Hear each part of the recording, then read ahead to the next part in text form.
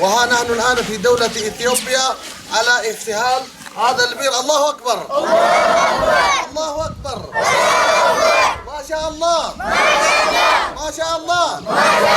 محمد هاي آمين جتني. اللهم تقبل منهم، اللهم تقبل منهم، اللهم اكتب لهم في ميزان حسناتهم، اللهم اجعلهم خالصا لوجه الله، اللهم تقبل صدقتهم وقد ذرياتهم يا سميع يا قريب يا مجيب الدعوات يا واسع العطاء.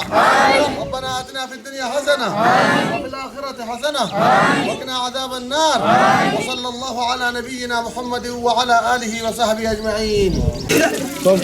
Fotoğraf alın. Bizimkiler fotoğraf alsın.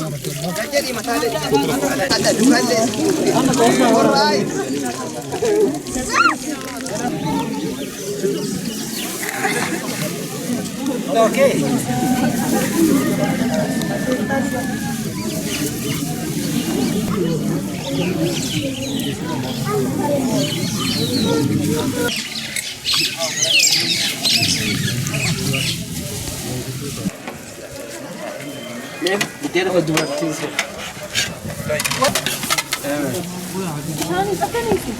ادينا ركعه بقى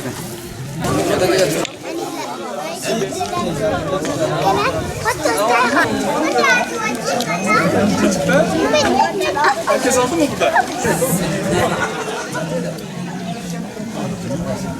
محمد علي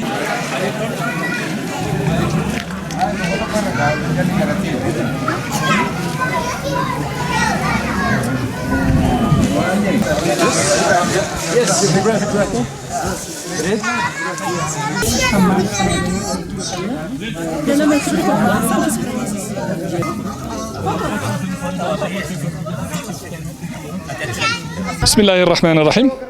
Uluslararası Yardım Kuruluşu İHO Ebrar olarak Afrika'nın Etiyopya ülkesinde faaliyetlerimize devam ediyoruz. Çok şükür bugün de bir su kuyusu açtık burada. Köylülere, sudan yoksun olan insanlara ve bir caminin avlusunda yaptık. Hem köy faydalandı hem camiye giden insanlar faydalanabildi. Şadırvanlı bir su kuyusu açtık çok şükür. Ve ayrıca köyde yoksul olan bu köyde fakir insanlara yüzlerce ekmek dağıtımında bulunduk. Ve şimdi de burada yoksul insanlara yüzlerce yemek dağıtacağız inşallah. Rabbim bizlere destek verip katkıda bulunan herkesten razı olsun. İnşallah bir sonraki faaliyetlerimizde de bizleri aynı şekilde devam etmelerini diliyoruz.